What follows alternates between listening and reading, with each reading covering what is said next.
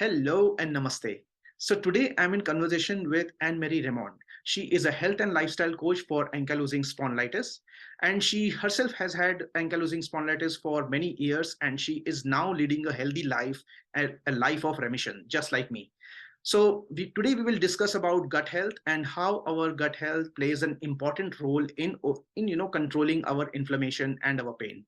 So here is me in conversation with Anne-Marie Raymond. And yes, before proceeding further, I would like you to please subscribe to our channel where we present such amazing discussions, testimonials, tools, and resources with which you can overcome your pain and lead a healthier life. So without any further delay, here is me in conversation with Anne-Marie.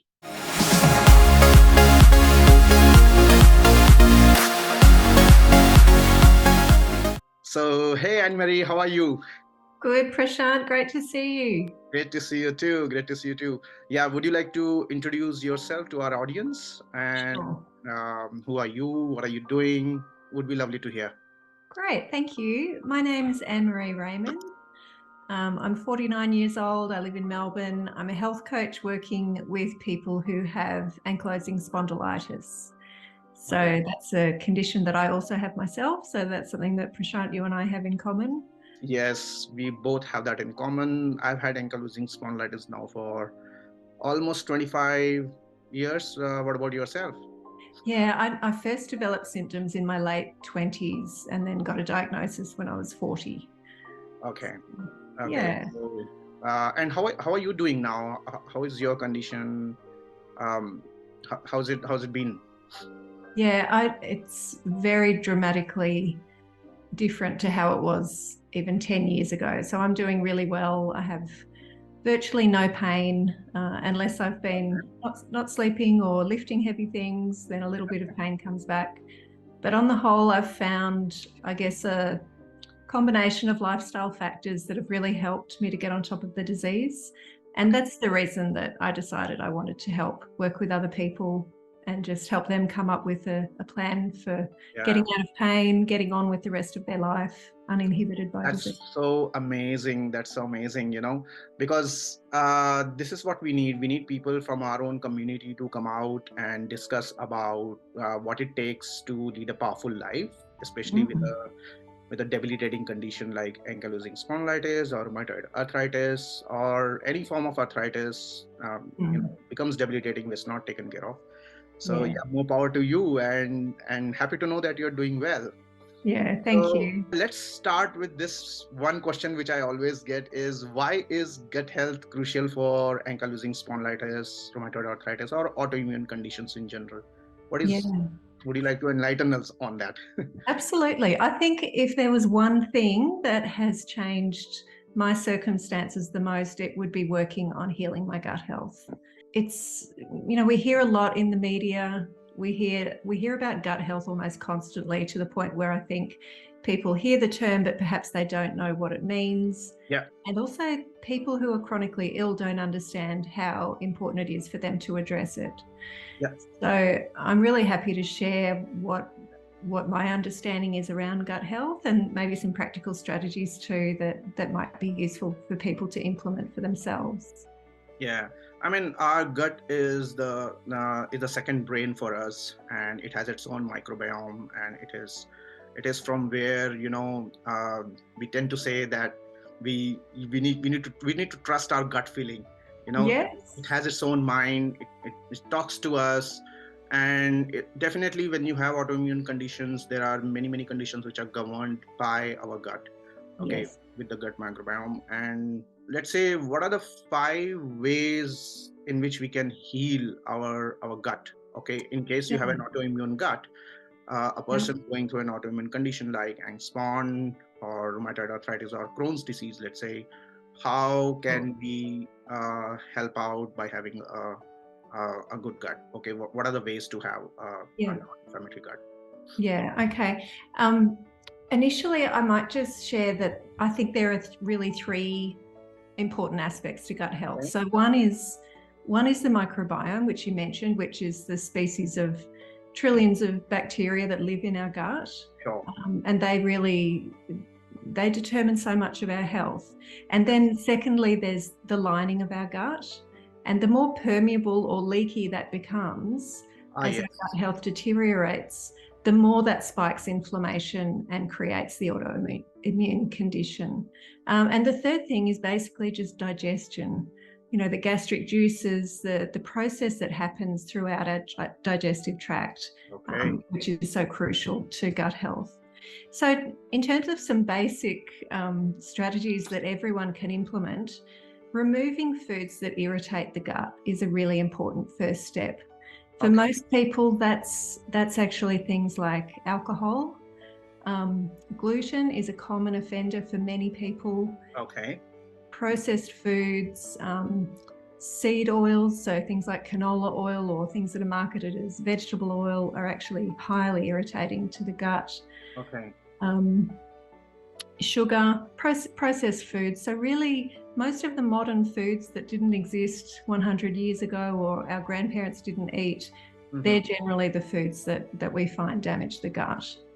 So that's a good place to start. You know, small steps are always the best steps, and I think looking at diet is a great place to start.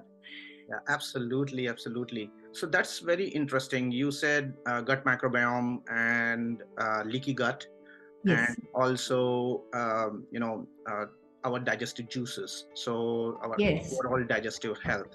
And that is governed by what we eat, and we should avoid alcohol. We should avoid sugar. Some part of gluten, yes, of course. And also packaged food, yes. What I always say is that don't eat anything which comes in a box. Eat everything from Earth, whatever is coming from the planet Earth. So have that and consume it as much as raw or half cooked or cooked.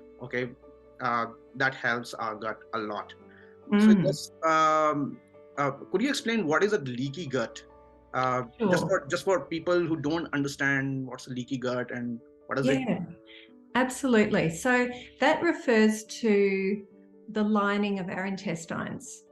So a healthy gut, think of a lady's stocking that we wear on our legs. They're really fine. There's tiny, tiny little holes that not much can pass through. And our gut is designed to be like that so that only nutrients from our food can pass through into our bloodstream. When our gut becomes damaged, those holes become really loose, more like, say, a bag that oranges come in.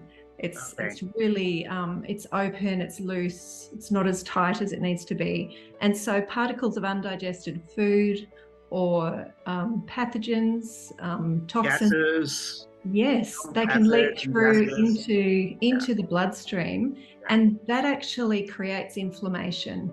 And when that inflammation keeps going because our body is responding to these foreign particles in the blood, that's what switches on this autoimmune response, which is this crazy out of control immune reaction. So that's why when we can address our gut health, we can often minimize those symptoms and bring the inflammation right down. So it's really powerful. That's amazing. That's amazing. A lot of Ankylosing patients tell about bloating. They talk about a lot of bloating, tight stomachs, having constipation. What is your advice for them? Let's say for people who have bloating issues or gastric issues, and especially with Ankylosing and rheumatoid arthritis. What is your take on that? I think again the first step is consider what you're eating. Having said that, sometimes people will be eating good food and still be experiencing those issues. And sometimes that comes down to rushing, so not slowing down, chewing properly, allowing the body to do the work of digestion. So like they say, 90% of digestion happens in your mouth. Very important to mix with the saliva, have the right enzymes, and then take in the food. So definitely. And when we're really stressed, we stop producing the gastric juices that actually break our food down. So there's some simple tricks that you can use to retrain your stomach to produce enough gastric juice. And one of those is every morning taking some warm water with lemon juice. This is something that I recommend to all my coaches, and that is one thing that we swear by, is having a little bit of warm water. Having warm water with a little bit of lime, not too much, but yes, a little bit of lime, and 2 glasses of it every morning. Yeah. Perfect. How does that Well, help? How does that help? Please tell us. well, it's strange because we've always grown up, at least in my family, we always thought that if you had indigestion, it meant you had too much acid. And so people would take antacids, but it actually makes the problem worse because usually it means our stomach is not acidic enough when we're feeling bloated or we get that heartburn feeling. So actually by increasing, even taking a little bit of apple cider vinegar in water before meals can often be enough to just shift that balance and allow the digestion to really start happening in the stomach so that it's not moving into the intestines partially digested, which is what creates gases and bloating. Well, that's amazing. Okay, next time I'll definitely try that. What are the other ways you can start off your day in a more powerful way in order to have, let's say, a good gut? Well, what do you say about managing stress? What's your take about managing stress? You spoke just now that if you have a lot of stress, then it creates a problem in the gut. Okay. Absolutely. So tell us think, about that. Yeah, look, I think it's impossible to live our lives without stress. We all have some kind of stress going on. I think a morning routine is really helpful. And often that begins the night before. If there's something that's weighing on your mind, write it down, set it aside, and it'll be there in the morning for you to care for. It's really important to get a good sleep and wake up feeling rested. Meditation is not understood by people and not practiced enough. I keep telling everyone, I'm an advanced pranic healer, so I keep telling everyone that it's very important to have a meditation practice. That's why it's called as practice, that you practice a lot, okay, and get into that a routine of bringing your body into calm and balance. Okay, that helps to restore the gut also. Yes. Any last words for us? Yeah, I think one of the guiding principles that I really love when it comes to gut health is think about what your grandparents did. They had so much wisdom around traditional ways to prepare food that was better for our body. They grew their own food. They sourced food locally. They made mealtimes a sacred space where people would be happy and content and relaxed as they ate. And I think they weren't suffering from the cascading amount of chronic illness that we seem to be. So I think there's a lot we can learn from looking back at the simpler time of life and taking some of those pointers. And also when you're making change, one small step at a time is the way to do it. Don't overwhelm yourself. Yes, definitely. It's always inch by inch that we make a progress, and soon we have covered a mile. So definitely. Absolutely. And very nice, Anne-Marie, for all these tips. Very nice to have you here, and we would like to have you more in our channel. I'd love to. And see you again. Thanks for the chat, Prashant. Thanks. Lovely to see you. Bye-bye. Goodbye.